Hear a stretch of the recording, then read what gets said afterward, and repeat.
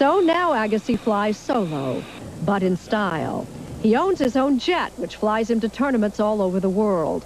We hitched a ride to L.A., where he was to play in a benefit celebrity match for the UCLA Women's Cancer Program. In Hollywood, with doubles partner Dustin Hoffman, he looks the image of the jet-setting international celebrity he is.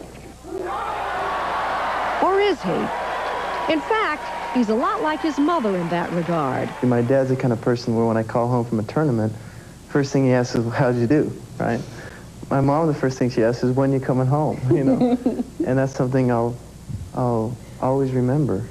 Which is most important to you? How'd you do in the tournament or when you're coming home? When I'm coming home. When I'm coming home. Las Vegas is still the place where Andre Agassi comes home to. It's where he spends his time with a special lady in his life.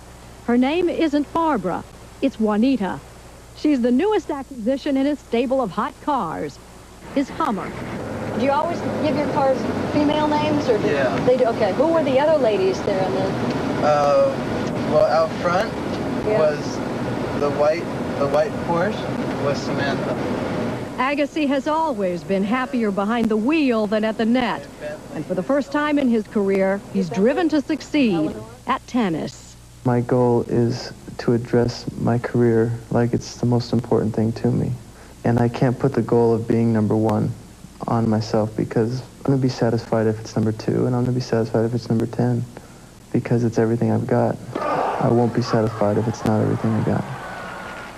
Andre Agassi was the story tonight in round 1 of the U.S. Open in Flushing Meadows, New York. It was his first Grand Slam without Nick Bollettieri at his side, and his famous return of serve wasn't there today either. It was an excruciating 3 hours and 20 minutes against unseeded 19-year-old Thomas Enquist of Sweden. Agassi couldn't, wouldn't, or didn't. After 5 sets, he lost. While a jubilant Enquist savored his huge upset, Andre's agony was shared by the crowd that clearly was in his court. Agassi didn't give them what they came for, but did throw them a little something as consolation. For Agassi, the consolation is misery loves company. This U.S. Open, after round 1, is over for fans of many of the most popular players. Jennifer Capriati also lost today, and Monica Seles, John McEnroe, and Jimmy Connors did not make it to the Open this year.